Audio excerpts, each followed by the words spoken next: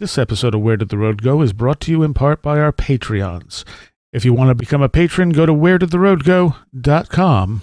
And now our show. Transmission start. Welcome to Where Did the Road Go? Join us as we wander off the path and explore lost history, consciousness, the paranormal, unexplained mysteries, alternative thought, and much more. We are present on the web at wheredidtheroadgo.com. Now here is your host, Seriah. Welcome to this edition of Where Did the Road Go? And I am joined tonight by Wren Collier. Hey, everyone. And a stranger by the name of Joshua Cutchin, who has come in from the cold. A revenant, it would appear.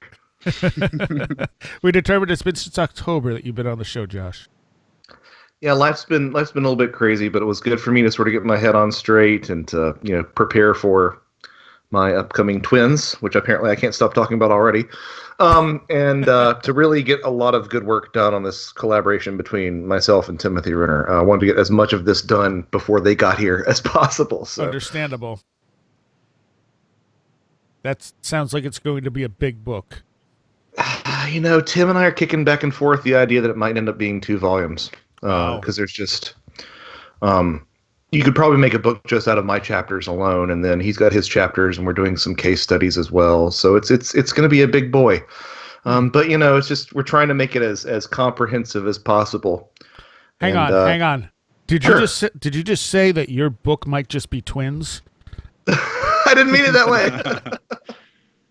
You had me worried. I thought something was going wrong with Skype. No. It just occurred to me, you just said your book might be twins. Yeah, well, it's really interesting because about the same time that, my last book, Thieves in the Night, was sort of coming along, was about the time that, we found out that we were expecting. So that really shifts the way that you think about your book about child abduction when you know that you have, kids on the way. Mm. Yeah. Gotta place some iron horseshoes above their cribs or something. I think I have to. Yeah, my friends just had a baby, and I keep thinking about your book every time I go visit them. Yeah. I mean, I don't know. Better safe than sorry, right? Yeah, I mean, I keep wanting to offer them, suggestions like you should hang knives over the crib, but I don't want to freak them out. So right. I've left it off the table for now. No. The knives won't fall. It'll be fine. No, it's just you got to keep the fairies away, right? Show some stale bread in your kids' bedclothes. Yeah. Yeah, it's a cost-benefit analysis. It's like your kid could get speared by the knives, sure, but they won't get abducted, and that's the important part. That's Guaranteed. the more awful fate. So yeah, guaranteed. Well then, all right. So we're going to do some more listener stories because I got a bunch of them, and even since the last, I have some old ones that we never got to because I suck about that. And see the other thing, and I mentioned this last time. Initially, my goal was to have people come on and talk about their stories. I would say about 70% of the people who I ask, either we can't quite coordinate or they just don't want to come on the air. I mean, it's not an easy thing for a lot of people to talk about this stuff, and it's even harder to do it, if you're not used to being on the radio or on a podcast. It's nerve-wracking to a lot of people, and sometimes people are fine with it, and other times they're just like, no, I can't do that. And that should be more understandable to people, I think. I don't know. It just, to me, I've been doing radio for almost 25 years now, so it's second nature to me. I don't even think about it. But to someone who's never been in front of a microphone being recorded, that's a freaky situation. Well, and it really does underscore the time-old thing that you've heard in a lot of these subjects, that there are people telling you these fantastic stories, and if they don't necessarily want to share them for, well, at least fame, if not fortune. I don't think there's many people who get fortune in these fields, but then why would they do that except for just for the lulz, as we would say nowadays?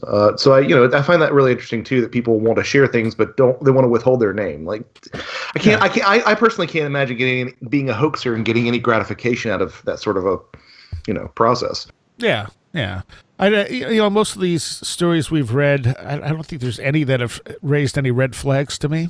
It doesn't mean someone's not really good at making up stories, but none of them have struck me as this just seems fake, And you see so many YouTube videos and stuff that immediately you're just kind of like, yeah, okay, moving on, Yeah, I think the only story that I heard that I like had some questions about was the one that Tim did the long episode on Strange Familiars about. Mm-hmm. But after hearing that episode and thinking about it even more, I started thinking that no, this actually fits. There's too many like weird coincidences and like it seemed too fantastic, I guess, like too Yeah. dramatic for Yeah. me at first. Well, I But the think it's more- the way he wrote it too. Yeah, I think the more I sat with it, though, the more I started kind of thinking, no, I think there's something to this story, especially once it got into the whole, Baba Yaga stuff. I was Yeah, wow, yeah. wow.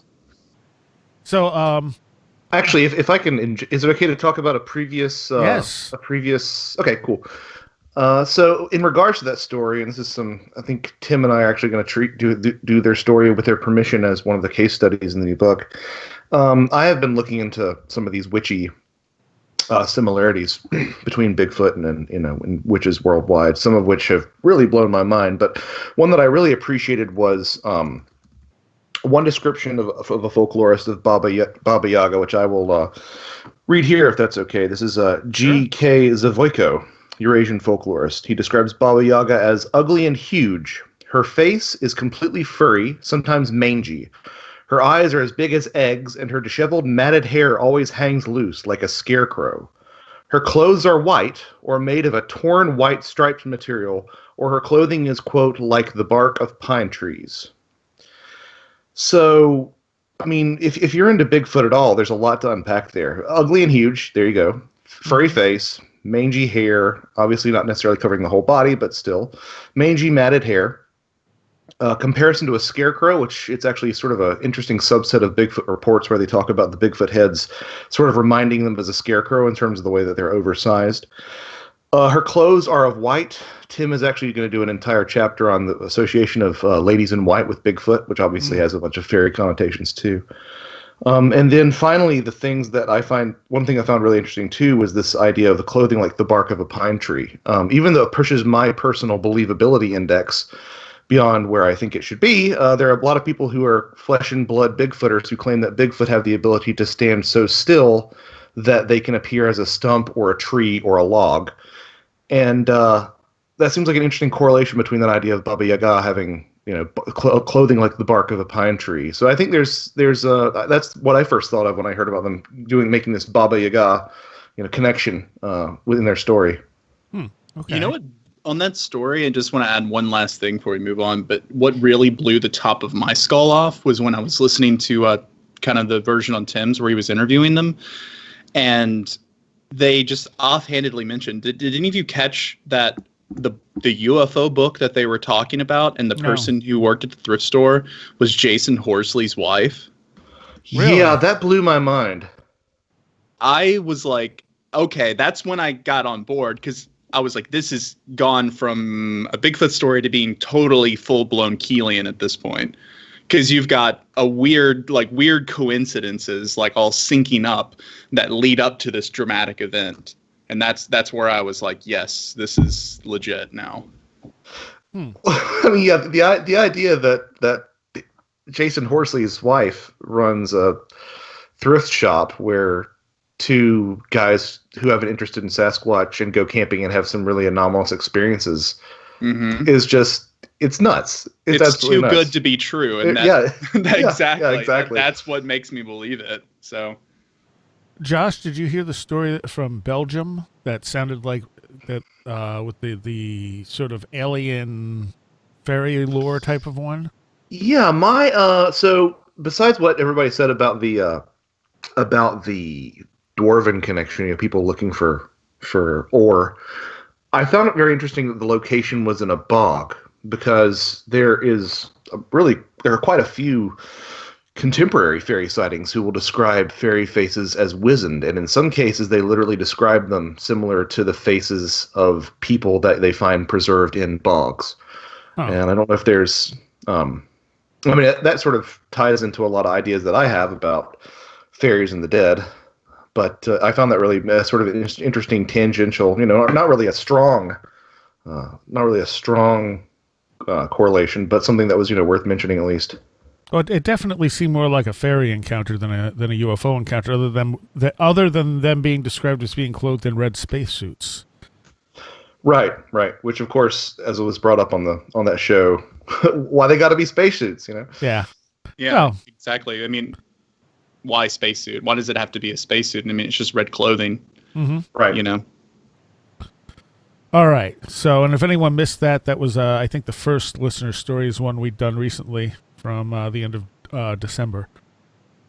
All right. So this one I wanted to get to. John, his friend, had told us about that UFO that filled the sky, and he said he asked his friend for some additional information after we talked about it. And his friend said that the thing just appeared overhead suddenly, like it had been invisible, and it slowly and steadily ascended upward until they couldn't see it anymore. He said the sighting lasted for a good 20 to 30 minutes in total, give or take. Strangely, not long before the sighting, him and a few crewmates were discussing the Dragon's Triangle that is in that area, and one of them had that Dragon's Triangle book by Charles Berlitz on hand. So he says maybe it was a tulpa or some kind of thought form situation or something else. He said the thing was smooth looking, and he said the whole situation was like standing under a flat metal roof. Mm. So, yeah, that's your second story with someone being like related to a UFO book or a book about anomalous stuff, and then having an experience involving the anomalous. And I had someone message me, and I haven't gotten back to them yet, and they said they've seen a UFO like the one the guys in the naval ship saw, and he lives next to Lackland Air Force Base, and he gave me his email, and he said it's a UFO, not a mirage. So I haven't gotten that story yet because I haven't had a chance to message him. Mm-hmm. So at least someone else out there has had something similar. Yeah. I mean, I found that story fascinating because of how big he claimed it looked, like covering the entire sky from horizon to horizon. I mean, I don't feel like that is a physical, aerodynamically powered craft in a material sense, right? Like there's no way something that big could stay aloft. Right. Not saying that there wasn't something there, because I believe him that there was something there. I just don't know what it could possibly be. It sounds more akin to something like a biblical vision almost in terms of the scope of it, Yeah, I think Shirley said that too, didn't she?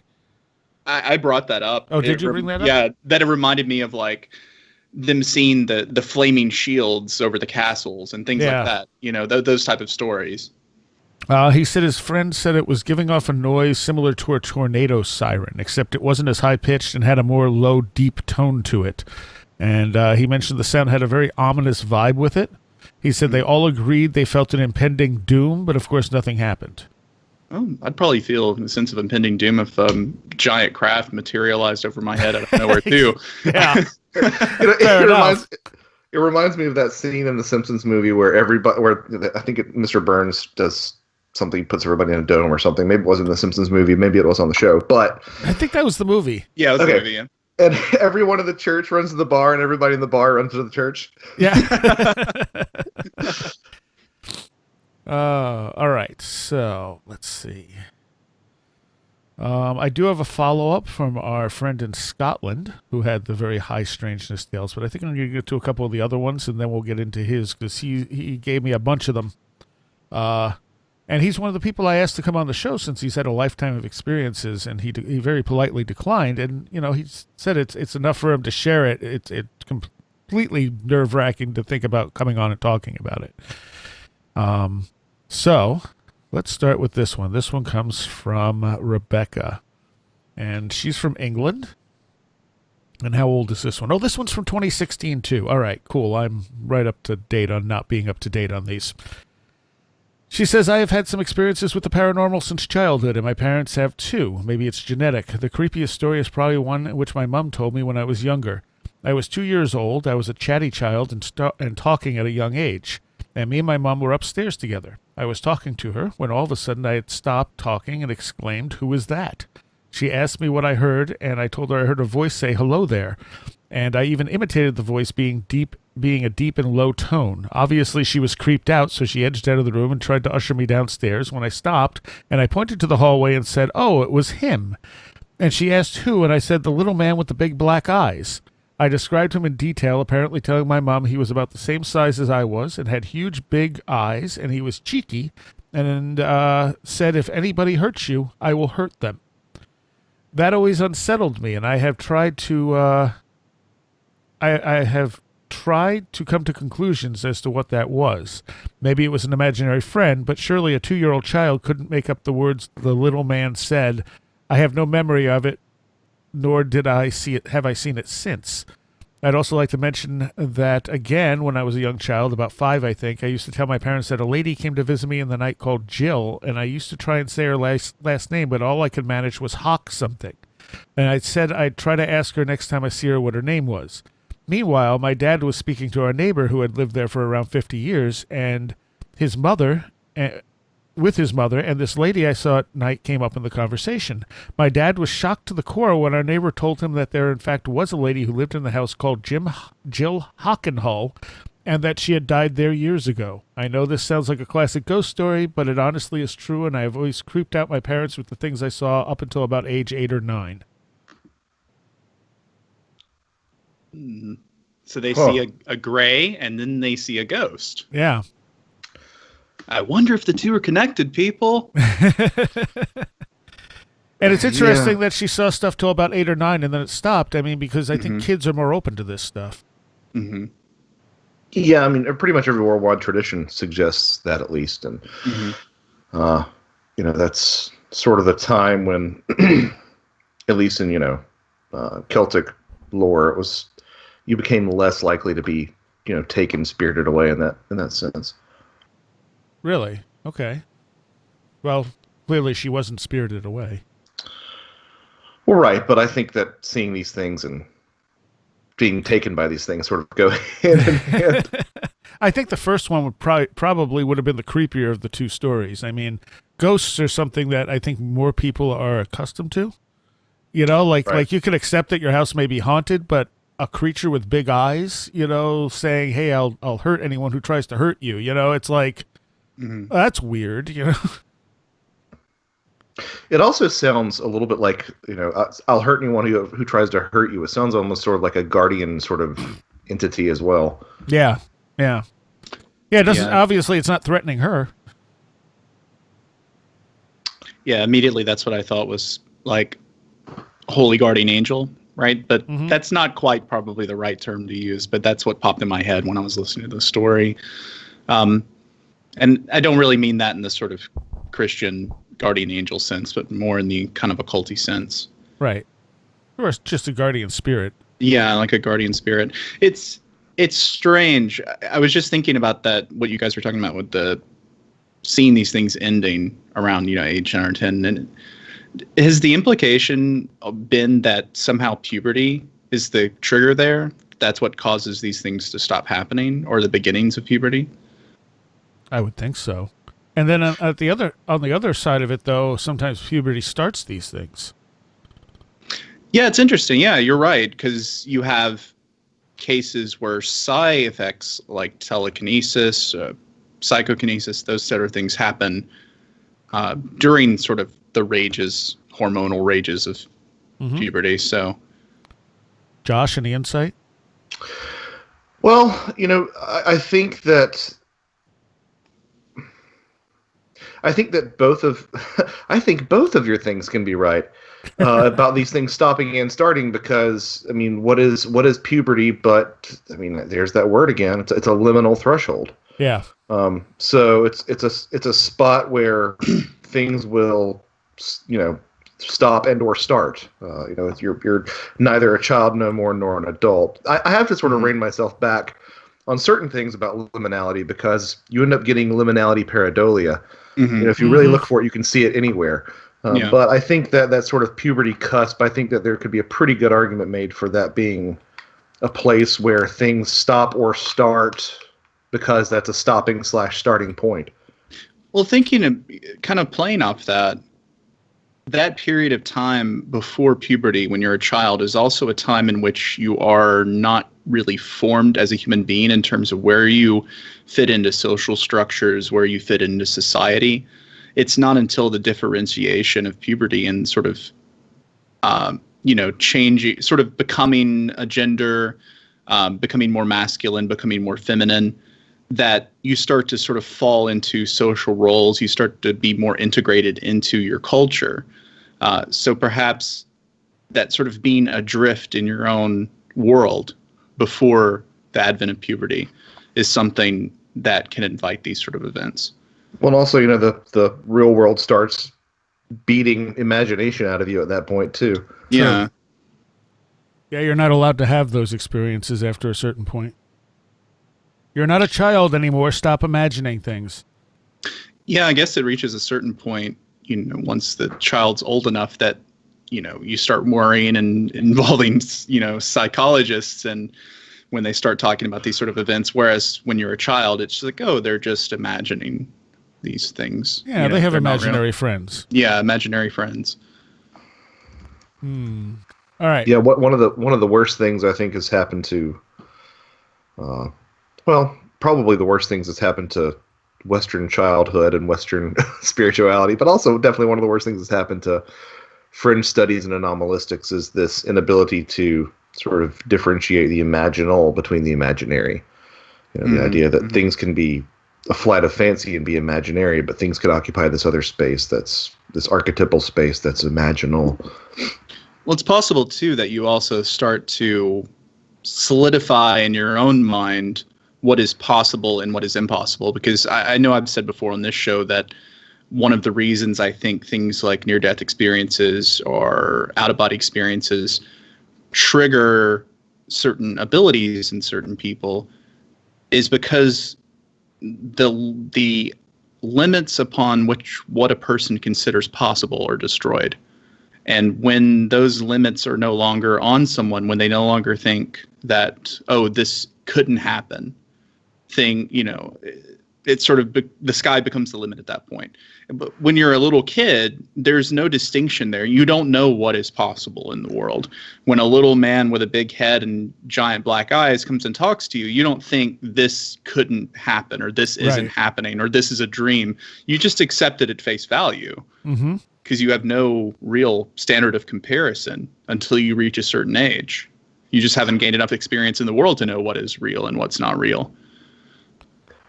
All right, so this next two come from Brandon and his friend. So first is his friend's story. He said he was at home before his family moved in. An old man named Melvin at his home. Let me try this again. At his home before his family moved in, an old man named Melvin died of heart failure in the home. That will come into play. So first one is when his brother is around 3 or 4 years old. His older brother's room was in the basement, and one night his parents were woken up by the sound of screaming. They ran downstairs to see what was going on, and when they opened his brother's door, he was pulling on his blanket while it was shot straight up at an angle like somebody else was pulling the other end, and then it went limp. Second story is some years later, after they learned that a man named Melvin died there, they figured their entity was Melvin. So while drinking a bit in the basement alone one night, his mom and a friend of hers were sort of making fun of Melvin, not really thinking about what they were saying, and heard loud footsteps coming from the upstairs kitchen, which connects to the door to the basement. They thought it was weird, but brushed it off, and a few minutes went by before the door to the basement slammed shut. Again, it was just the two of them home. Last of these stories is one from a few nights ago. My friend got up about 3 a.m. to use the bathroom and started to hear humming. He didn't think anything of it until it started changing pitch like somebody humming a song. He pulled out his phone and took a video to record sound. He didn't think to just record the sound, or else I would ask if he could send it to me. But it went on for about 3 or 4 minutes and stopped. Nothing in his house makes that sound. I originally told him it could be pipes or something, but the humming was too human sounding. So that sounds like pretty typical ghost phenomena for the most part. How many years between experiences? It doesn't say exactly. Quite a few. He said several. I thought he said 7. Sorry. Yeah, several, because it started, well, he said his first one was when his brother was 3 or 4 years old. And the other one just happened the other night. Well, this really, if this had happened in close proximity, it would, be sort of the makings of a poltergeist case. But because they seem to sort of be almost sort of one-offs, it really does sort of bring up the question that I've often had, which is how many of these things are, so back when Corbell and Knapp were doing all their press for Skinwalker Ranch, there were a couple of interviews where they made sort of mention that they got the sense that everywhere was like a mini Skinwalker Ranch, is that everything was really dialed up at Skinwalker Ranch. So I think I always find it interesting when there are these cases that are really sporadic or they're spaced apart because it's not sort of the typical narrative that we get, but it really does imply that these sort of things happen everywhere and happen every day. They're just spaced apart in a much greater way. And I think in some ways they're almost, I don't want to say more interesting because it's not the case, but they're more compelling, or they really do buck a lot of the trends that you've seen in the paranormal lately, which is that places or people are more experience prone. These one-offs are just sort of a little bit more confounding. Yeah. I mean, it also lends credence to the idea it might be a spirit. True. Or just a ghost passing through, a ghost hobo. Or a tulpa of some sorts. Right. An experience that I've had that I have not really talked too much about, which was definitely one of those one-offs, leads me to believe that you can have an intense moment of sort of emotion that will manifest itself in psi phenomena spontaneously, even with somebody like me, who I don't think I'm psychically dead. Psychically blind, but I'm psychically colorblind, I guess. It's probably sort of the way that I feel. But I had an experience where I was in an argument over my parents thinking that I was not someone who should be dating this particular girl, or rather vice versa. They didn't feel like it was a good match. Mm-hmm. And my bedroom at home, I was visiting them at home, a lot of arguments over the course of this weekend, and directly above me is the kitchen, and they were in bed for the night. Everybody was in their respective rooms. I hear what sounds like a marble drop to the floor right above my bed. And it's a very distinctive sound. If you ever heard something like a marble or a ball-bearing drop, it'll sort of bounce, stop, drop and bounce. And roll. And I went upstairs, and there was nobody had been up there. I talked to my mom and dad. They hadn't heard anything. Nothing had fallen. We were never able to find out the source of it. And I think that maybe that was sort of a manifestation of what I was going through and the sort of the emotion that I had. I found it really fascinating to find out years later on, I believe it was an episode of Mysterious Universe, that is a very common sort of sign of spirit phenomena in Southeast Asia, is this phenomena of this marble dropping sound and never really finding where these marbles went. Huh. That's interesting.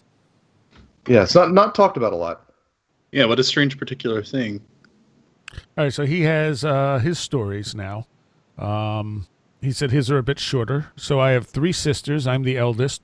When I was about 10 years old, we lived in a 2-story home with an attic. The attic was split into 2 rooms with a small walk-in closet at the center. It wasn't a bad house, I think, but there are a few creepy stories. One is just that occasionally my mom would be woken up by loud stomping noises coming from the attic. My bedroom was in the attic as well as my infant sister, and when she'd come check on me, I'd be dead asleep. Another time, my mom and stepfather would be woken up by my 2 older sisters. They would be screaming and crying at the exact same time. Their rooms were next to each other and right across the hall from my parents. When they would go in to check on them, they would both say they had a bad dream. When asked to describe, they both described the exact same dream. A man dressed all in black was chasing them. This happened until we moved out a year later. My experience I had that I'm not sure what it was, but it might have been like an out-of-body experience, was when I was 9 or 10 one night. I was trying to fall asleep, and I had a weird feeling like I was being pulled, and I remember seeing myself sleeping and sort of floating, but it felt like falling through my house and up out of my house and up out into the sky until I woke up. I don't really know what it was, but I still remember it today, and I haven't had an experience like it since. Yeah, congrats, bud. You did have an OBE there. I mean, that's pretty distinctively an OBE. I've had the same experience. I've even had the same getting yanked by your feet feel, too. That's a lot of people report that, interestingly enough. Almost like someone else is yanking you out of your body. Okay. And... Go ahead, Josh. I was just going to say what I found interesting about that, not really pertaining to this story, but just sort of ghost stories in general. I had this revelation I don't think I've brought it up here before, but I had this revelation that part of the reason that no offense to no offense to whoever wrote this in, it's not a commentary on your story, but I have found myself sort of glazing over in a lot of ghost stories because I feel like a solid 50% of ghost stories are like architecture stories, right? Because you're always setting up sort of the setting for this, and setting up the setting for this to all unfold. And I had somebody on Twitter, and I can't remember who it was, but somebody, I think a mutual friend of all of ours, said, well, that's really interesting because, what is the house a metaphor for in literature so often? It's a metaphor for the self, it's a metaphor for the body, it's a metaphor for the mind. So I think it's interesting sometimes that that there is such a strong presence of place that often sort of mirrors the way that we visualize our interior selves, and that's the spot that's haunted, just as we are haunted by stuff. Man, it sounds like I'm in freshman literature class or something. Sounds a lot stupider when I say it aloud, but I did think it was an interesting insight that this person had. Okay, all right. And Wren, when we were talking about the Hudson Valley experience, you had asked about the connection between was it Bigfoot and elementals? Yeah. Yeah. Because she sent me a thing saying, and I posted this to you, but I'll read it on air as well. For Collier on Sasquatch as Guardians of the Elementals. It says, Thunder Strikes is a Native American elder who talked about shadow stalkers, protector spirits, protectors of elements. He said that when he was speaking about Native American beliefs on a program about Sasquatch, he said this, okay, but I am not sure whether he said Sasquatch are the same as shadow stalkers or whether he was giving peripheral information. I still can't find the interview, but a search for Thunder Strikes Shaman will give you a series of interesting interviews with Coast to Coast, Art Bell, and more. Yeah, I still need to look him up. Yeah, thank you for the reply on that. I need to look him up more and listen to some of these interviews. It seems pretty easy to find on Google. So, I think with that one, when I hear elemental, I think of something completely different than I think what he means and what your writer was talking about. Because when I think elemental, I'm probably thinking more like in the occult sense. Fair enough. Sylphs, gnomes, salamanders, that sort of thing. All right, so this next story is from Damien. And he says, it happened on my 18th birthday. I woke up in the morning and got myself ready for school that day. My parents had already left for work that morning, so I had not seen them as I typically would sleep in if I had later classes. My girlfriend at the time picked me up and we went to school for the day. After class, our classes ended in the late afternoon and we headed back to my house to drop off school stuff and get ready to go out for my birthday dinner. When we got to my house, my parents were not home and I had still yet to see them this day. Soon after my parents came home, my girlfriend and I were upstairs and I did not see my parents come into the house. The phone rang and my mom answered. It was my grandmother on the line waiting to wish me a happy birthday. My mom yelled at me from downstairs to pick up the phone so I could speak to her. I picked up the phone in my room, and as I was speaking to my grandmother, my girlfriend sat on the end of the bed watching me as I stood and paced along the room during our conversation. I looked at my girlfriend about a minute into the conversation, and standing behind her to the side of the bed was my grandfather, who had passed away 4 years ago from cancer, my grandmother's late husband. He was smiling at me and wearing his favorite white and teal polo he would often have on. He looked like any other physical person would, not a mist, not transparent, not ghostly in any regard. I stared at him in shock for approximately 5 to 10 seconds until he disappeared. He literally just phased out of reality. He didn't seem to fade away like a fog would. He was just simply not part of my visual plane of perception anymore. My girlfriend noticed that I had seen something. She physically turned around and looked back at me confused as to what I was looking at. I thanked my grandmother for the phone call and hung up. Rest assured, I do not remember a word that she said to me. My girlfriend then asked me what the matter was, and I told her what happened. She confirmed that I turned pale white and my mouth dropped to the floor at the time of the experience, which is why she had turned around to look to see what I was staring at when this happened. Now here comes the strangest part, if this experience wasn't incredible enough already. I was really excited and filled with a sense of adrenaline and energy. I wanted to share my experience with my parents immediately. I ran downstairs to tell them what I experienced. When I got downstairs, now remember I had not seen my parents yet this day, My father was sitting on the couch watching TV, and he was wearing my grandfather's favorite white and teal polo shirt. He had taken some of my grandfather's clothes that fit him after he passed away. I imagine my mouth dropped to the floor again at this time. I told them what happened, but they didn't believe me and say I must have imagined it since I was speaking to my grandmother at the time. I feel like this was my grandfather wishing me a happy 18th birthday, or it could have been my subconscious mind creating an image that I wanted to see alongside my conversation with my grandmother. I don't know.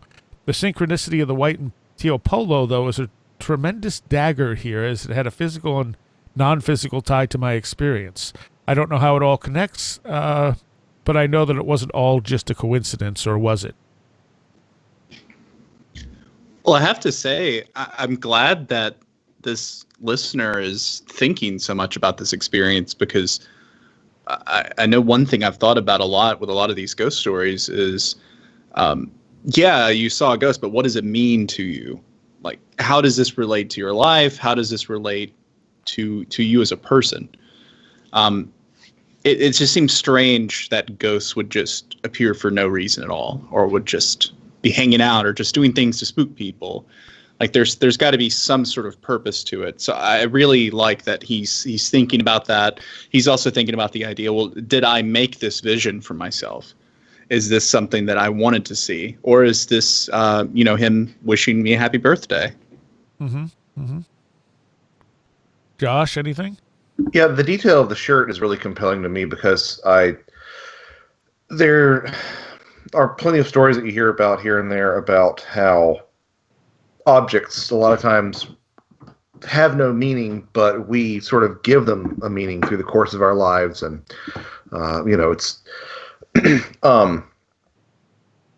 it's, I think that's really interesting to look at the possibility that maybe the father picking out that beloved shirt might have sort of either awoken, the actual spirit of the grandfather, or, a sort of an impression of him, or might have sort of awoken sort of a memory, or there might have been some sort of time thing, any number of things, but like that might have been a catalyst. I think that's a not inconsequential detail.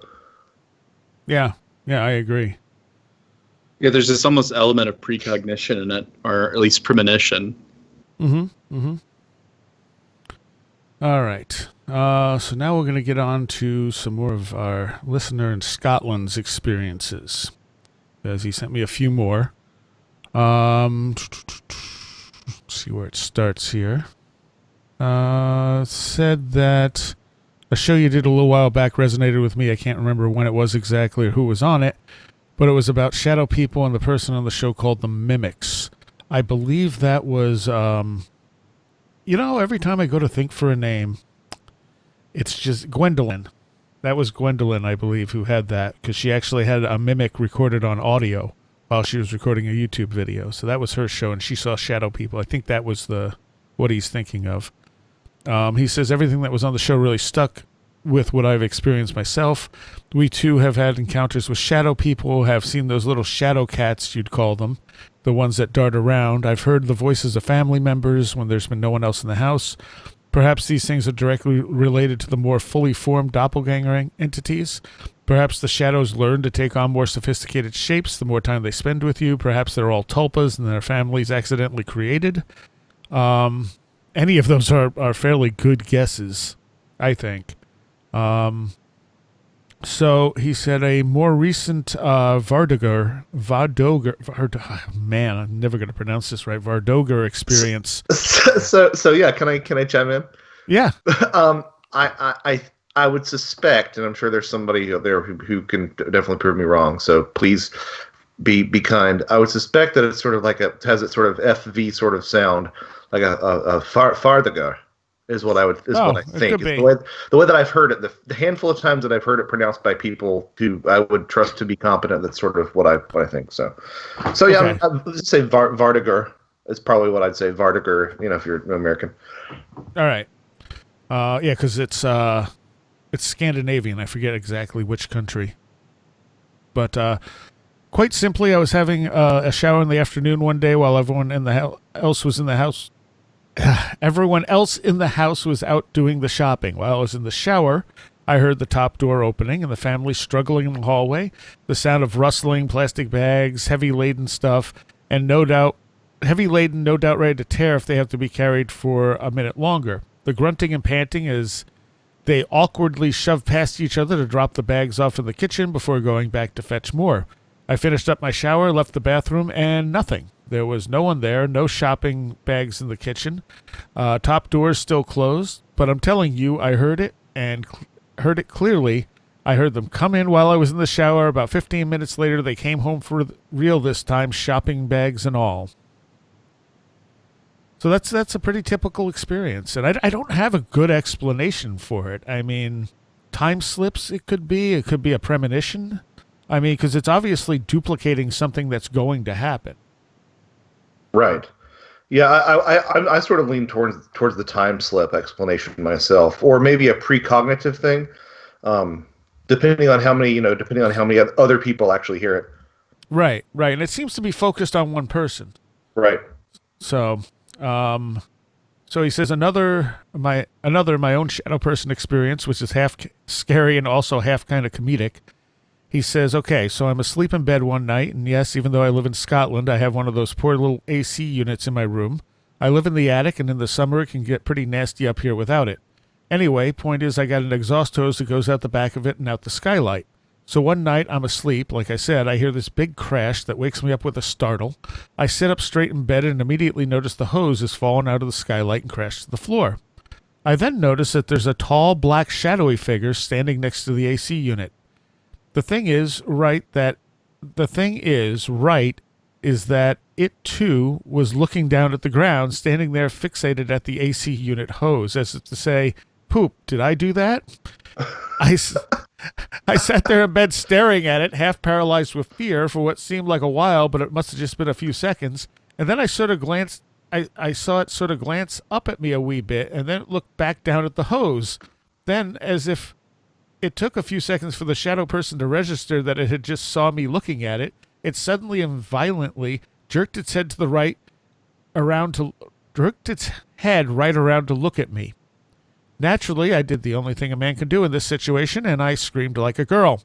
When I did, the shadow person must have not intended on sticking around very long, because he then turned around and ran across my room straight through the wall and away. I should have been terrified by what I saw, but the whole thing was so ridiculous. How can you be afraid of something when, from what I saw, it looked like the bugger tripped over my AC hose on the way through the skylight? And the way he craned his neck around to look at me when he realized I was awake, the motion he made was so over the top and exaggerated, exactly like something out of a cartoon. The whole experience was so weird and, well, dumb, that as soon as he ran through the wall, I felt any fear I had dissipate, and I was sitting on the bed thinking, what the hell did I just witness? Like, you scared it off. Right, exactly. He should have been like, well, are you going to replace the hose? You going to put it back up there? Or are you just going to stand there and look at me? He said, sometimes I try and tell myself it was just a dream or a hallucination because I woke up from sleep due to the sudden loud noise. I was still dreaming when I woke up and I imagined the whole thing. But I think when you experience anything unusual in the context of being in bed, those self-doubts are always going to come up. And that's true. Yeah, when he said that he woke to a loud crash, I was reminded of, I believe it's called exploding head syndrome. Have y'all heard of this? Yes, yeah. Which I had for the first time in about 3 years a couple nights ago. But then when you see a figure, that's sort of a different... you see a figure staring at the mess he's made. Yeah, I think you could write an entire book on the incompetency of the denizens of the other world. Like, I would pay good money to see that, because you keep on hearing these stories about, I don't know, there's one favorite sort of contactee story of mine where the aliens show up and they say, we're going to take you to another world, and then they stop and they think to themselves and they say, actually no, you are not. And they give the boy a letter that he shows to his friends, and it says something like, we'll come back for you, signed Flying Saucer. And and it's one of my favorite stories. I should break it out and read it on the air sometime. But you hear stuff about that, and what I thought of when I heard this story was the number of stories that you have of these beings from the other world You hear this in Bigfoot, you hear this in fairy encounters, you hear this in alien, close encounters of the third kind. They always look surprised, or not always, but they often look very surprised, unless they're in complete control of the situation, unless they're the instigator. If they're not the instigator, they almost universally look surprised, and I find that to be just absolutely hilarious. Huh. Well, I mean, I've been on the other end of that engagement, and it can certainly scare you. Like, one of my very first out-of-body experiences, I remember I went into my parents' bedroom, and I started jumping around on their bed because, I assumed I was out of body. I was kind of curious if they could see me, but I didn't expect any reaction from them.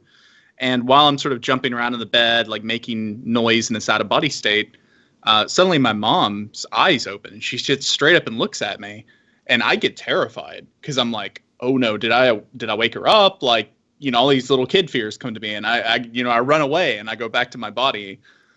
And I'd like to imagine that whatever this thing was in his room was maybe somebody having the same experience. They're like, oh, I'm going to go into this house. Oh no, all this stuff's falling down. Oh God, he's awake and he's screaming at me, and he just run away. Yeah, that's totally a possibility.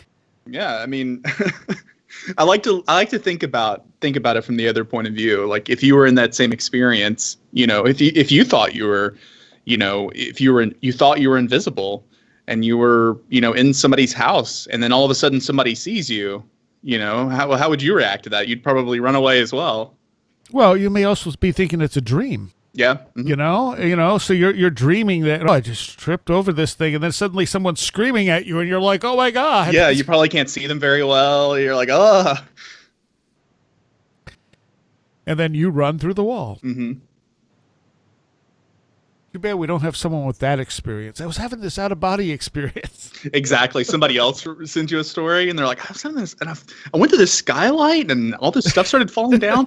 I looked at this guy, and he started yelling at me. I didn't know what was going on. He looked like a real douchebag. Yeah, I was terrified. I thought he was going to kill me. Oh, all right. So he has a longer story that he held back on, and I think This is really interesting, and I've had part of these experiences here that we'll get to. Okay, so he says, without a doubt, this is one of, if not the biggest paranormal experience I've ever had. It's not so much one event as a series of events, that if the date of the first email I sent is correct, was around 6 months prior to that first email, which I think was 2016, mid-2016. He says it all started on New Year's Eve 2015 into 2016 in what we call Hogmanay in Scotland. And as I'm sure you're aware, as I was made aware by listening to your show, it's a transitional phase where 1 year moves into another. I should also add that I had taken up your advice a while ago and started keeping a dream paranormal diary of my own. Nothing fancy, just a few Word documents on my computer that I update whenever I experience something strange or have a dream that I think was worth taking note of. It certainly does help when you look back and see some of the dates. I never would have known this happened on New Year's night if not for keeping that diary. And that's something I recommend for everyone. I mean, keep track of your dreams. Keep track of the stuff happening around it. Because it's interesting when you look back, trust me. He says, I'm lying in bed asleep dreaming. I even wrote down that what I was dreaming about that night. I was dreaming about being backstage at the WWE event. So there's a +1 for him. Wrestling fan. All right. I'm walking around the backstage area enjoying the dream, and I can hear something. I can hear a noise, a sort of a rhythmic whoom, whoom noise. The closest I can think to describe would be like a sci-fi background hum of a warp engine or something. Anyway, I often just leave the computer on when I go to bed, so the first thought was a video or something must have started playing on the computer. I better wake up to see if that's the case. I open my eyes and pull myself up, and by this point, the noise has gotten fairly loud now. I get up to look around. I wasn't in my bed anymore. I wasn't in my room. I don't know what else to say, how I can be sure it wasn't just another dream. I don't know. It felt entirely different. I felt awake. I felt the same as I do now. As to describe where I was, it was bizarre. The room was in a mostly quiet, dark, illuminated only faintly by these glowing lines and symbols, kind of like runes or something, that were embedded into some parts of the walls, and it glowed with a yellow hue. I was in a bed of sorts, located in an alcove dug into one of the walls of the room. I could feel the sheets that were over me. They were really thin and silkier than silk, and looked to be a metallic gold color, although I could have just been due to the lighting in the room. The room was empty besides that, though I couldn't see very far into the blackness. I would like to state that I'll avoid the obvious urge to say it was an alien abduction. Aside from the odd noise during that whole thing, I didn't see anything in the room to hint that it was the interior of a spaceship. It could have just been as easily been the interior of a temple or a really cool nightclub. I didn't see any kind of entities during the experience either. However, I certainly felt their presence. Just as I'd sat up in this no location, I had started to take in my surroundings and sort of gather myself. I felt what can only describe I felt what I can only describe as this overwhelming force just engulf me and slam me back down onto the bed. I felt like it was smothering me. I could feel it sort of pushing my consciousness somewhere. It's really hard to describe in words. I also distinctly remember thinking at the time this was happening, not again, not again, despite being this being the first and only time I recall anything like this. I distinctly remember saying and thinking, not again, when I felt that force come over me. It continued to push down my consciousness more and more. I struggled and struggled to push back against it, but eventually it won out. With a violent, almost electrical snap, I was back in my own bed on terra firma. But it wasn't just like, I felt it. I felt like I had been thrown into that bed from space. My ears were ringing, my vision was blurry. I've sometimes speculated if I wasn't somewhere astrally, something I've tried to do but never consciously succeeded in. Maybe I went somewhere something didn't want me to be, and so it kicked me out and violently back into my body. Let's stop there and go over and unpack some of this, because there's a lot there. Wren, I'll get your thoughts first. Well, my joke answer is, it sounds like you woke up out of the Matrix, dude, and they sent you back. Fair enough. But I think it's interesting. I don't know why I thought this, but when he was talking about being sort of in an alcove with like this thin sheet over him, I thought like morgue, like a crypt or something. So I don't know why I thought that. Maybe that's just my own headspace of why, imagining the situation that this person was in. The runes thing on the wall was super interesting to me. It would be super cool if they like remembered what any of those looked like, or could write them down or draw them or anything mean. I immediately thought of the story of, Odin, who hangs himself from the tree for 3 days and is able, gets the runes sort of in return. It definitely sounds like an out-of-body experience. And keep in mind that out-of-body experiences don't necessarily all have to take place sort of in your local environment, right? A lot of my out-of-body experiences start there, but then they end up transitioning to sort of dream worlds or going to places that obviously have no physical basis in the real world. They're very much sort of journeys into, as silly as it sounds, like the dream world. And this place you went to, it sounds like you didn't really get to explore very much, so you didn't get a whole lot of details. But anything you can remember from it that you can pull back with you would be interesting to ruminate on. I don't know about the thing pushing you down.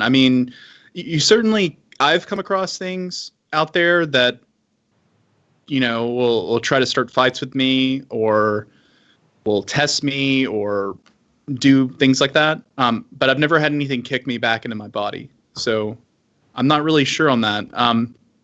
If you ever have experiences like that again, I don't know. I want to say fight back against it, but again, too, it sounds like you couldn't really see anything. It probably shocked you back into your body more than anything. And that's a thing that can happen. Something really, it's sort of like in a dream where you're having a nightmare and something really super terrifying happens, like you get killed or something. The shock of it will throw you awake or throw you back into your body. I'm the kind of person who thinks like when people dream, they're having an out-of-body experience. They just, don't realize it because there's not that transitional state. But yeah, definitely think more about the place. Try to remember some of those runes. That might be important. Josh? I want everyone who complains about me talking too much on Where Did the Road Go to take note of me saying, I got nothing. Really? Yeah, I'm Okay. a little bit at a loss, honestly. So the first, there's a bunch of things here. One of the things that pops into my head is that the material that he's laying under reminds me of how Ritzman described that he was experiencing almost every night, where he would wake up somewhere else and he would have this thin sheet over him made of this really weird material.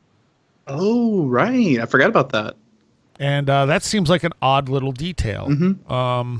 It definitely could be an out-of-body experience. The force on him makes me think of the Nightmare Hag, like the that type of an experience. Yeah, that's Right. very reminiscent of a hag experience. But I want to get to the other part of this now before I comment any further on it, because I have similar experiences here. Okay, where did I leave off? Okay, almost, nope.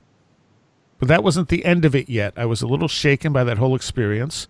It was 3 a.m. when I came to again in my bed after all that, so I got up, updated the diary, made a cup of tea, and tried to settle down. By around 5 a.m., I had calmed down enough to where sleep started to creep up on me again, so I decided, with the sun coming up over the horizon, it was probably safe enough for me to go back to sleep undisturbed. Almost immediately upon falling asleep, I was assailed upon by, again, some unseen force. I went through a horrific time. Where to even start? Have you ever seen Groundhog Day? You know, that concept of false awakenings, when you wake up from a dream and think you're awake, but you're still really sleeping. Okay, so it goes like this. I get attacked by an invisible thing, get scared out of my mind, then wake up. And as soon as I wake up, I get attacked again by the invisible thing. How to even describe attack like the thing was literally lifting me, levitating me clean out of the bed and slamming me against the wall, or like throwing me from one side of the room to the other. Obviously, this didn't take place in any real world of ours, but it happened to me. And it would shake me too, like really violently shake me. And then I would think, it's all over. It was just a dream. Then before I knew it, it would start again and again and again. And I honestly lost count of how many times this happened. At least 40 times, and that's no joke. This whole thing of waking up, getting violently assaulted by something invisible, waking up again. Eventually, though, I did wake up for real around 4 hours later. I was physically and mentally exhausted. I felt much worse than I did before I tried to go to sleep again, and my whole body ached in pain like I had really just had the kicked out of me by something. Happy New Year 2016. All right.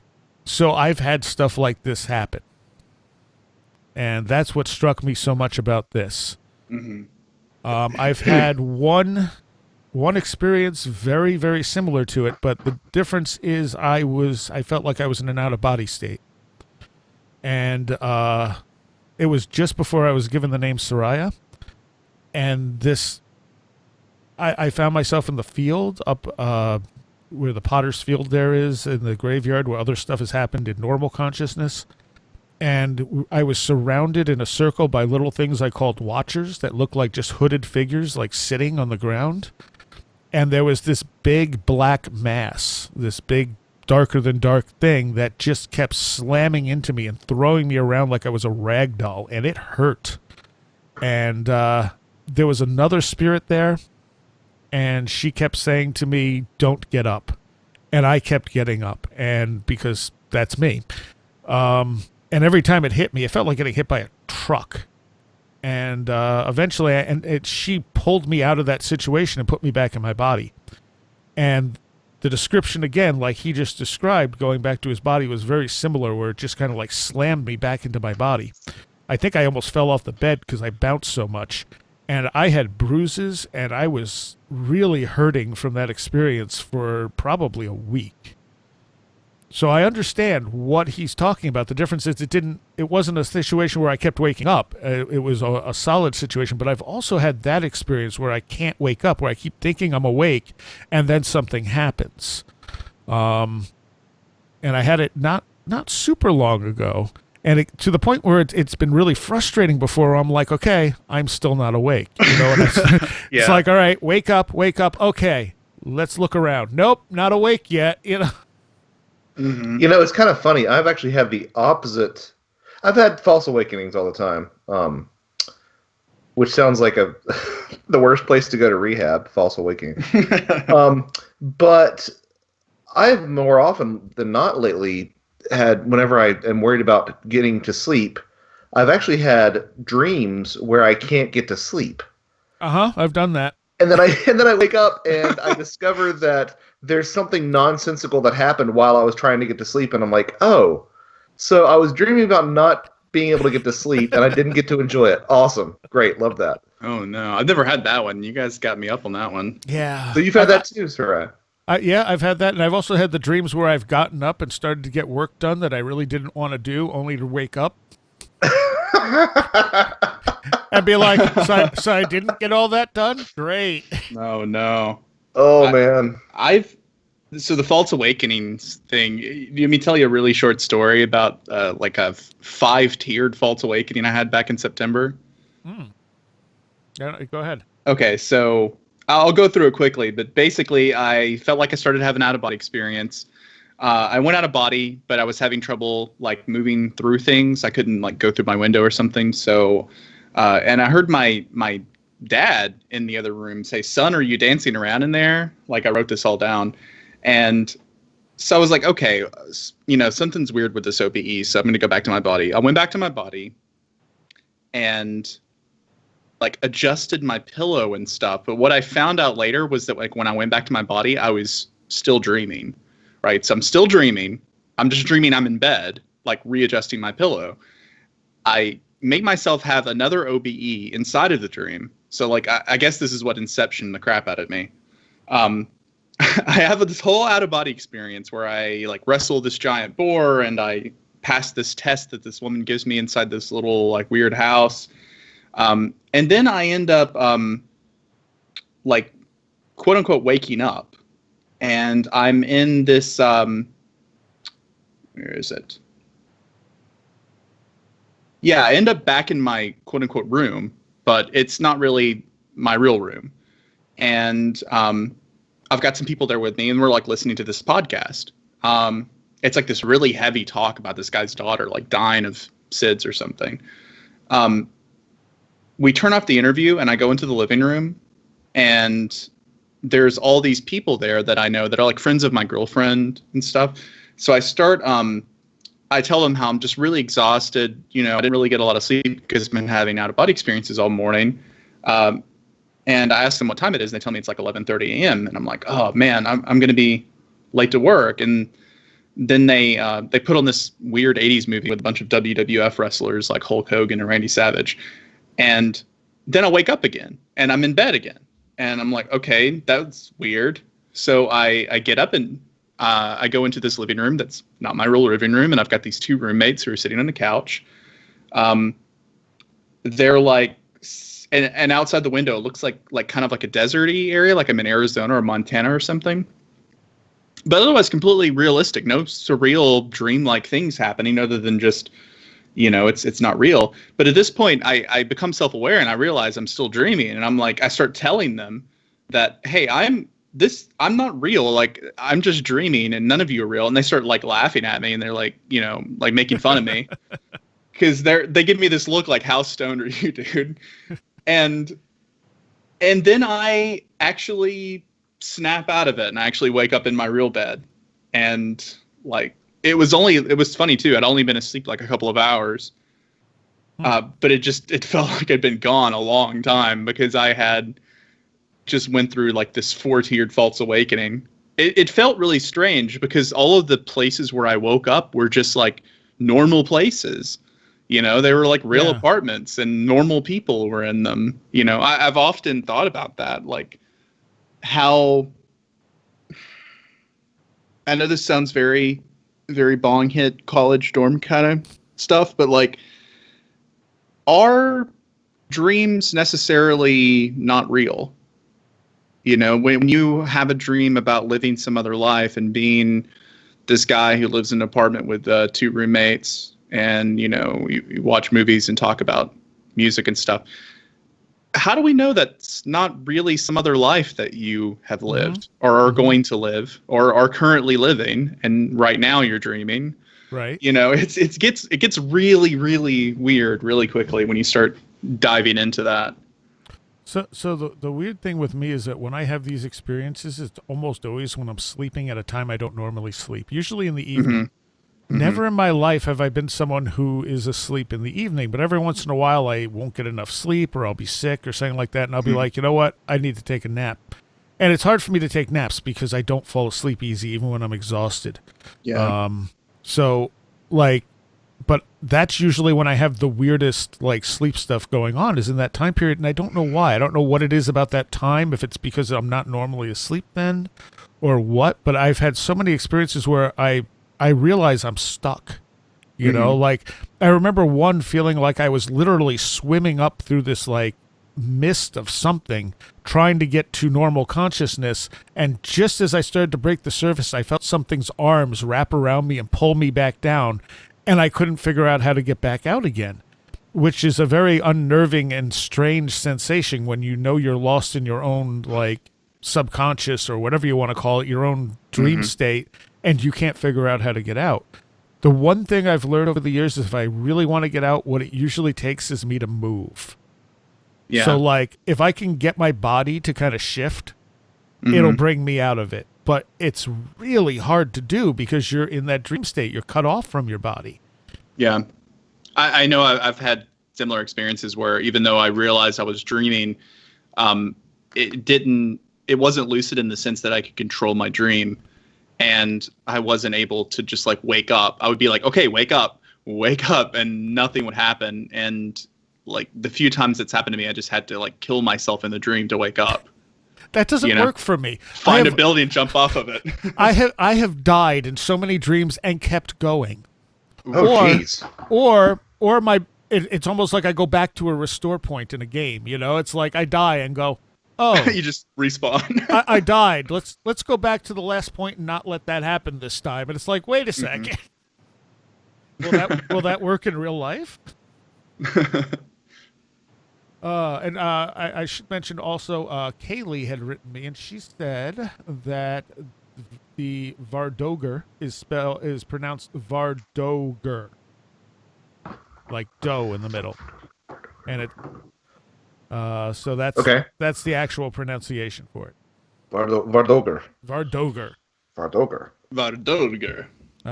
But anyway, that was a chunk of his experiences, and that last one's definitely, like I said, there's familiarity there to my experiences, and they were one-off experiences. You know, with the being thrown around, nothing like that luckily has ever happened again.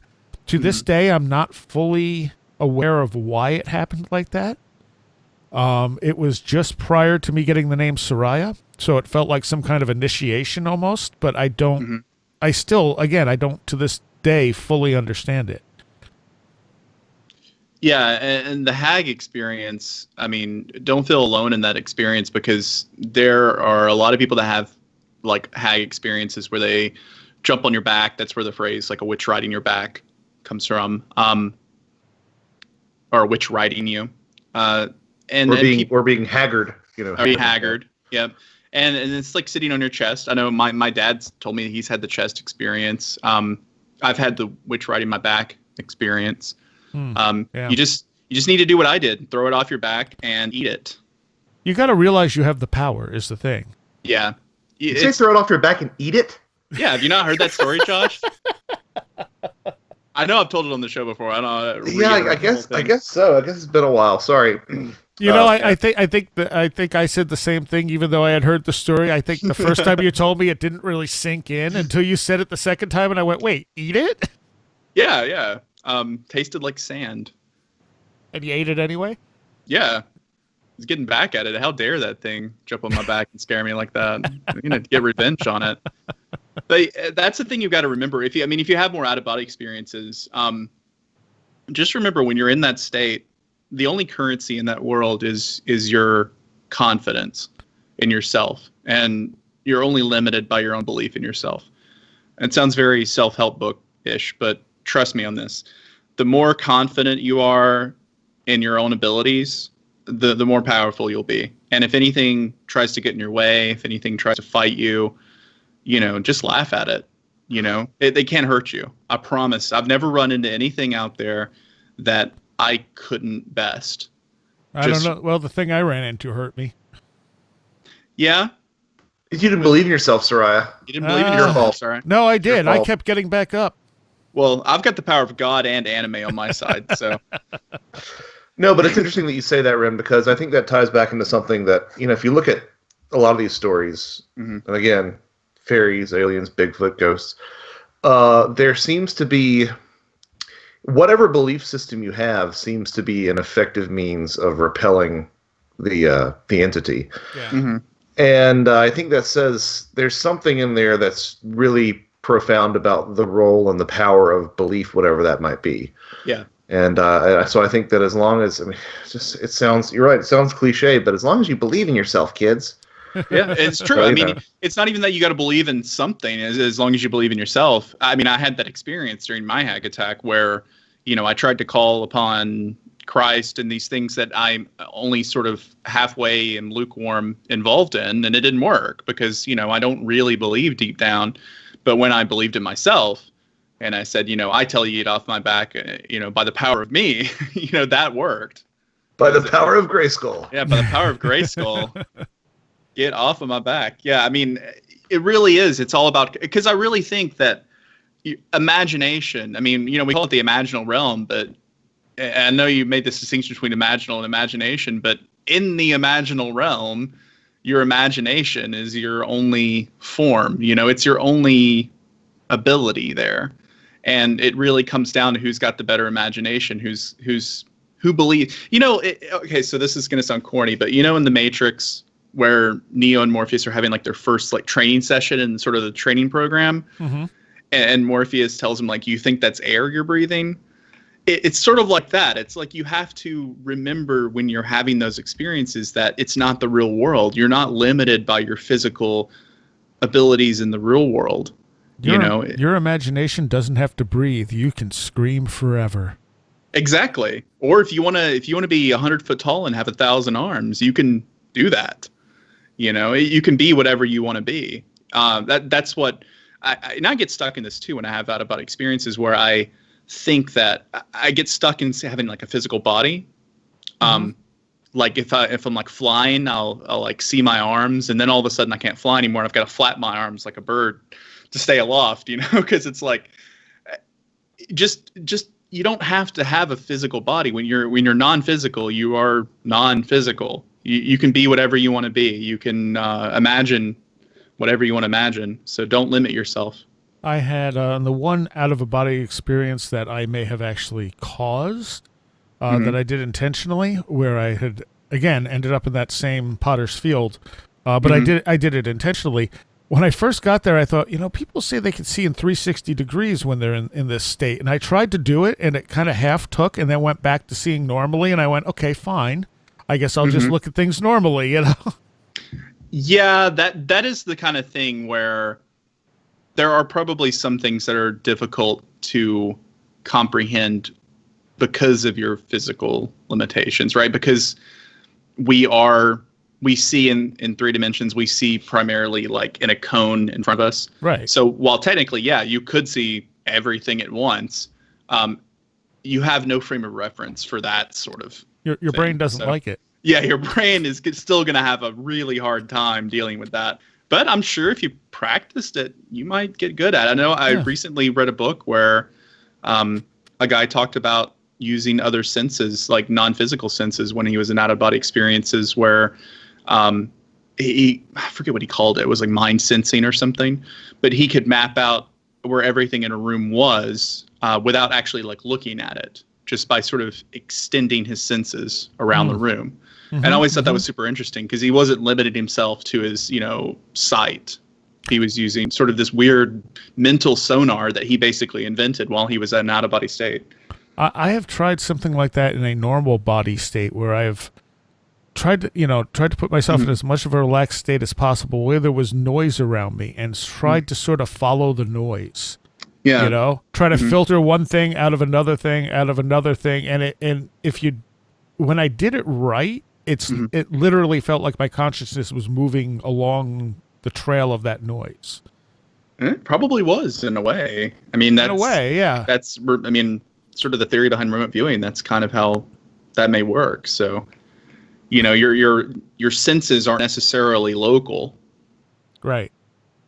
So I have another Vardoger experience here, short All one, right. since most of these are short. This one's from Alfonso, and he says he has a neat example of this Vardoger phenomenon, which I hadn't considered as being a thing until your episode on it.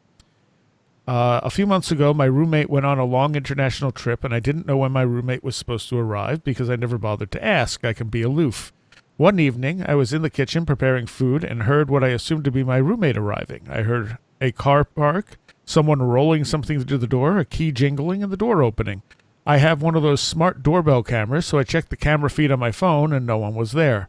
Furthermore, the camera had not detected any movement or anything. Maybe an hour later, I heard a car arrive, looked at the camera, and my roommate was rolling a luggage cart to the door, then unlocked and opened the door, same as I had heard earlier. And that's impressive because also, you know, there's he had no expectation of it. Yeah. I need people to do some experience for me, okay? Where are the Road Girl listeners that are having all these Verdoger experiences? If you actually see something like appear, like you, because in this case, did they actually see the person like walk in? So it was just the sound, it's just the noise. And that seems to be the Vardoger thing. It's the noise. It's the sounds of somebody arriving. If people are actually seeing people arrive that then disappear or whatever, I need them to try to talk to them. You know, see if you can interact with them. Because it's like, Right. Are they having a vision of something that's about to happen? Is it precognitive or is it something else? Because I think I'm conflating the Vardoger thing with doppelganger type activity. Because I feel like they're at least related in the folklore, but they may be two separate things. Because when I think of somebody having a doppelganger, I think of them having someone that they can talk to, like an actual physical thing that just looks like someone else. Yeah, how many doppelganger stories are there of people talking to someone? I'm pretty sure that, I mean, this is what just popped into my head. I'm pretty sure most doppelganger stories are you see your doppelganger but you don't really interact with them verbally. So it's almost like the Vardoger is the oral version of the doppelganger. I feel like I've heard doppelganger stories in which people will like say I went to the store and I saw Josh and I was talking to Josh, and then I saw Josh later that night and I said, "Oh, hey, yeah, I saw you at your store or whatever." Or what okay, yeah, and then you were like, "I was never there." So something like that like is like the typical doppelganger thing, but I could just be making that up. Well, I could be wrong too. So yeah, I might just be making that completely up in my head. I couldn't quote any specific stories. I'd have to do more research into it, but with all the Vardoger stories we've heard so far, it screams like precognition to me. But it's a very like visceral precognition. It's not even like I thought about somebody and they called me. This is like I saw a complete scenario unfold before my eyes. Or I heard one. I heard a scenario. I heard this whole thing happen, and then it really happened. You know, it's not even sort of like a hint. It's like the whole thing. Someone had just I have up an interview. Well, I do interviews for the Last Exit for the Lost with musicians and stuff, and I had interviewed Brittany from Unleash the Archers, and someone who apparently didn't know I did that show but listens to Where Did the Road Go wrote, "This voice? This is Seriah, the dude from Where Did the Road Go?" So yes, it is. Awesome. That's awesome. Obviously, I'm not talking paranormal stuff with most of these people, but sometimes I'm tempted, depending on who it is. I know One-Eyed Doll had a bunch. I put the show up I did with them on weird experiences, and they had a bunch more, but I haven't followed up to get their full story yet. But apparently they've had lots of weird stuff happen to them. I feel like there's got to be some overlap between the metal community and like the paranormal community. Oh yeah, right? Yeah, absolutely. Yeah, you don't get really into black metal and not have some sort of weird experience in your life. Well, I mean, metal, even as mainstream as a lot of metal is now, it's very accepted into the culture because the people who are listening to metal in growing up are now the people running things. Yeah. So, it's far more. It's like tattoos. Back in the 90s, you were a freak if you had a ton of tattoos. Now it's yeah, okay, lots of people have lots of tattoos. Yeah, But man. but again, it's the people who were doing that stuff have now grown up, and they're the quote adults, and they're the ones defining what's normal and not. Mhm. But regardless, metal has always been liminal. It's always been on the edge of things. It's always been, and yeah, there may be bands that are commercial and popular, but there's always those bands pushing the edge of things, mixing different styles, doing things that are different. So musicians also living a liminal lifestyle, you would think, are if you're already open to this type of stuff anyway, which a lot of metalheads are, it's one of those things I think goes hand in hand. I'd be interested in seeing stats on how many musicians have had UFO experiences, just based on how much time a lot of them spend touring and on the road. Mm-hmm. I bet a lot. Yeah. I'd bet for quite a few. What's weird, and I don't remember who I was talking to about this, but you figure wrestling is also a liminal thing, but I don't hear too many stories coming out of wrestlers about weird experiences they've had. That is a fantastic idea, Seriah. Oh my God. We got to get Banal in on this.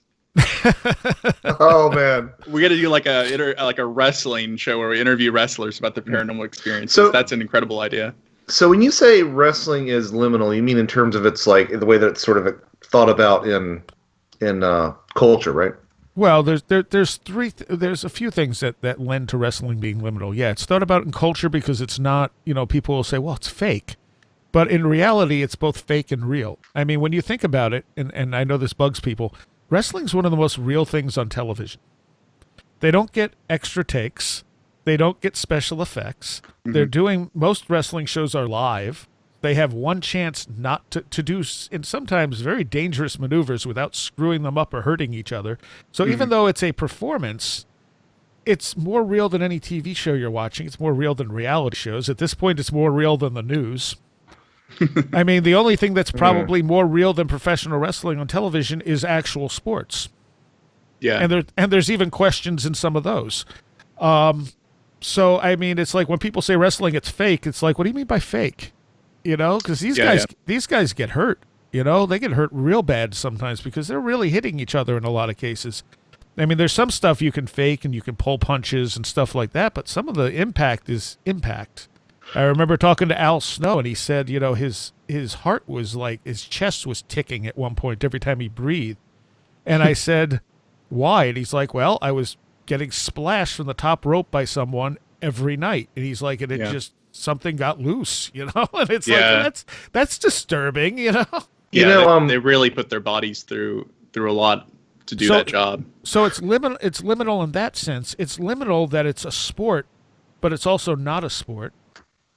And it goes back to the culture of carnivals and stuff. So it has that trickster element to it as well. Plus, they're trying to trick you into believing that you're watching something real, which I guess any television show is doing the same thing. You watch CSI, that's not real either. It's just a different format for it. And they're all playing characters as well. Yes. They're really not themselves. And they're on the road constantly. I mean, they're driving all over the place doing shows like every night. Yeah, so what this sort of reminds me of is something that I've talked about, or I've mentioned a lot, is this great Patrick Harper sort of idea that things can be simultaneously fictional and more real than anything else. So in other words, the idea that a film can depict a love story that can be fake. It never really happened. But the emotions represented, the emotions sort of encoded in that particular relationship, in that particular story, are wholly real in the way that they're depicted. And I think that sort of speaks a little bit to what you're getting at, right? Absolutely.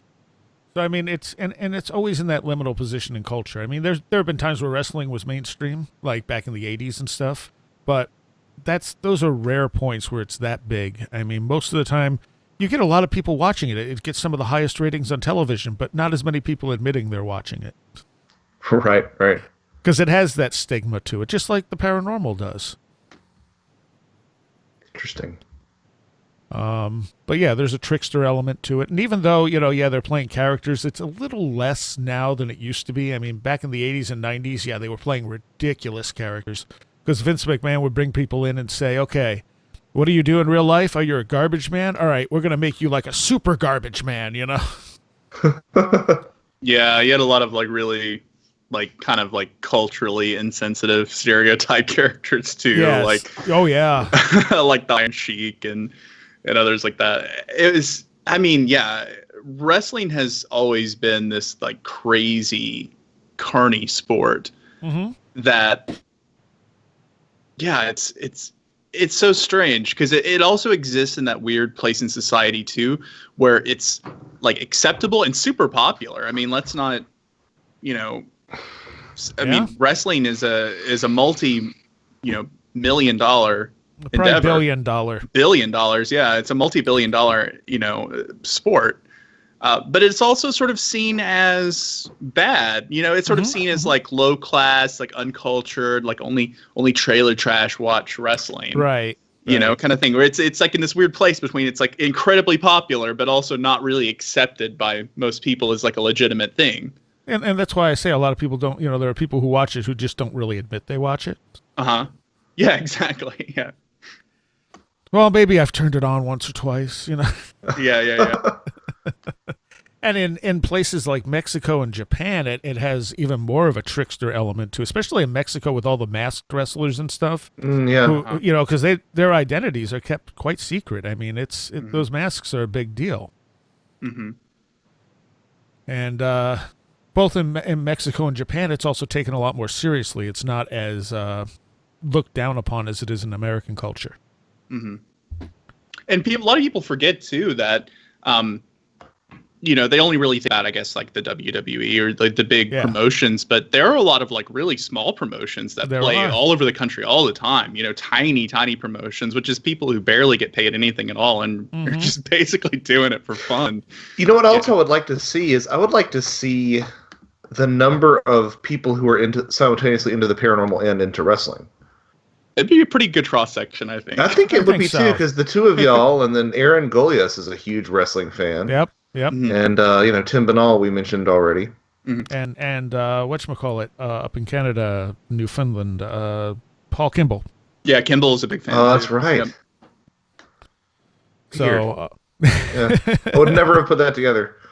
And now you have another organization being funded by a millionaire coming about called the All Elite Wrestling, which is going to be an interesting switch in how this breaks into our culture, because this has some of the guys who really wrestle. I mean, whereas the WWE has always aimed itself toward like a family audience, aside from some of the stuff they did in the late 90s, where they did their more raunchy stuff, Vince has always wanted to appeal to the kids, whereas this company is aiming more for the real wrestling fans and not so much as a family-friendly, goofy sort of thing.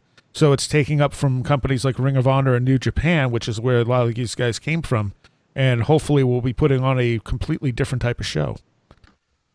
So we'll see what that does to the landscape of people's opinions of wrestling if it actually becomes a major thing. When you say real, do you mean more like mixed martial arts kind of stuff, or just more like more mature storylines and things like that? Less storylines, more just wrestling. Gotcha. So less reality TV drama type stuff. Right, more. Exactly. Yeah, so if you watch New Japan, which is on in the U.S., it's on I can't remember the station off the top of my head. It's on a smaller station, I think most places carry it. But the action in that, I mean, they're very stiff. You know, there's different levels of how these guys fight. In the WWE, it's not very stiff. You can see sometimes where they miss each other and stuff like that. If you watch New Japan, they're beating the living hell out of each other. And it's still a show. It's still a performance. They know who's going to win. But a lot of it sometimes comes down to two guys going, you can hit me harder. And then I'll hit you harder. And then you hit me harder. And then I'll hit you harder. I think there's a pretty strong tradition of like shooting matches, in Japanese pro wrestling as well. Yeah. In general, they're a little rougher with each other. And a lot of these guys are do mixed martial arts as well. Mm-hmm. Yeah, there's that weird overlap between And you can see that even more today with people like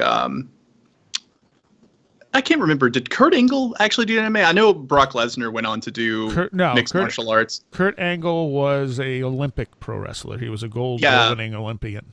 That's right. Yeah, I think his neck is like too screwed up now for him to really do anything. But like, yes, yeah. You know, you had Brock Lesnar go over to UFC and fight there, and I think you had like CM Punk do it too, which was kind of sad. Yeah, he did not do well. You had Ronda Rousey go from there to WWE. You had back in the day Ken Shamrock, back in the late '90s, and also Dan Severn came from UFC over to, or at least mixed martial arts. I don't remember if it was exactly UFC over to WWE. And what I always remember is that stuff was not okay. You know, like UFC was banned from pay-per-view and stuff in the '90s. Yeah, and I don't know how many people realize this, but it shows what a huge shift in culture there's been, where this stuff is just everywhere now. Yeah, there was a lot of talk. I mean, back in the '90s when the UFC was on about it being blood sport, and it got banned from I think like the Nevada Gaming Commission, like revoked their license and stuff, and it was a big deal. I forgot about Shamrock because I mean he also fought. I think he fought in Japan a lot. Like he was in. I think he fought in Pride and he did Pancrase as well. I believe so. Yeah. Yeah. So there's all these weird overlaps between those two worlds. So now that we've completely lost all the people who don't care about this type of stuff. Yeah, we turned into a wrestling podcast. Yeah. Don't forget a co-host here. I think the next time I interview anyone who's been wrestling for a while, it's going to be one of my questions. You know, like, is anything what kind of weird stuff has ever happened to you? And see, 'cause I almost feel like there's not a lot of stuff out there. Like, I don't hear about these guys talking about this stuff. Well, probably just never comes up. I mean, who would ever ask them about that? You know, these guys go on wrestling podcasts. They're not going to ask them, "Hey, have you ever seen a UFO?" You know, it's not going to be on the table. I will say Chris Jericho does bring on paranormal guests on his podcast as well as wrestlers. Interesting. Because he's definitely interested in that stuff. Mm-hmm. He's also a metalhead. Yeah, there's got to be a huge interest in it. And I think you're right. I think a lot of these people who live these lifestyles, like musicians, wrestlers, anyone who's like on the road a lot, I'm sure people who like travel with truckers. Yeah. I'm sure they see all kinds of weird stuff that they just never really, nobody probably ever asked them about it. I mean, that's the thing that you hear a lot in the paranormal, right? It's not that people are necessarily like scared to like tell their story. It's just that nobody really ever brings it up or asks them about it, you know? But that creates sort of a spiral of silence chilling effect too. You can't deny that either. Yeah. Yeah. All right. Well, I think we can end there. And of course, if you have stories that you'd like us to talk about on the air, you can send them along to stories@wheredidtheroadgo.com, or just go to wheredidtheroadgo.com and click the contact link, which I think there's a contact link. I should probably double check that. But it should take you to that email. That is the best place to send them if you want me to get them. I mean, people have sent them to other addresses and occasionally message them to me, and then I have to remember that they're there.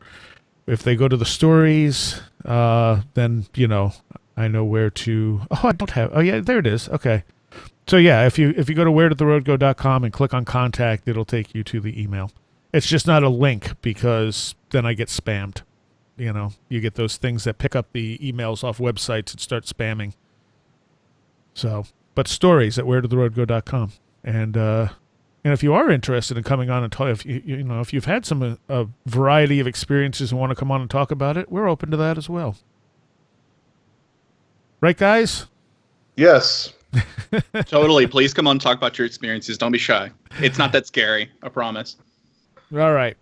So I thank you, Wren. People can find you where? They can find me at liminalroom.com and on Twitter at Mr. MISTER_APOL, APOL. And Joshua? JoshuaCutchin.com. Don't look for much stuff there until Weird Bigfoot, but I just posted a little update today about just sort of the status of that and to get everybody excited. All right. Sounds good. Thanks, guys. Thanks, everyone. Thanks, buddy. And a special thanks to all my patrons who help make this podcast possible. And a special shout out to those pledging $10 or more. Tim.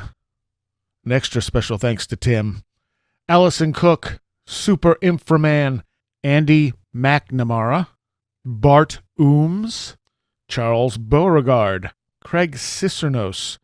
Eric Citron, Jose A., Kevin, Scott Morris Everett, Sean Cosgrove, Robert Groom, Roland Belstadt, Mike McGuire, Riker and Stark, John Rutledge Foster III, Sasha Org, Christopher Vaughn, Samantha, Ben Crow, American Rambler, Carla Mahoney, John Eddy, Jennifer Campbell, Janet Runyon, Nathan Cryer, Chris, Mark Brady, William Lovelace, Patricia Giaquinta, Kevin Schreck, Paul Buscini, and Alfred Tuttle.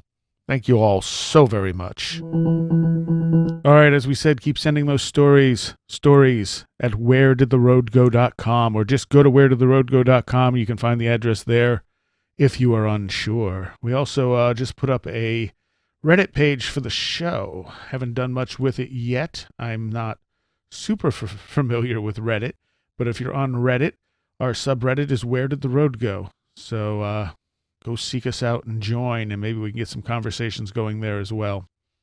See you next time. You have been listening to Where Did the Road Go? This show is made possible in part from our Patreons, and we thank you and everyone listening for helping us continue this exploration of the strange. You can always find everything Where Did the Road Go related at www.wheredidtheroadgo.com. And thank you so much for your support.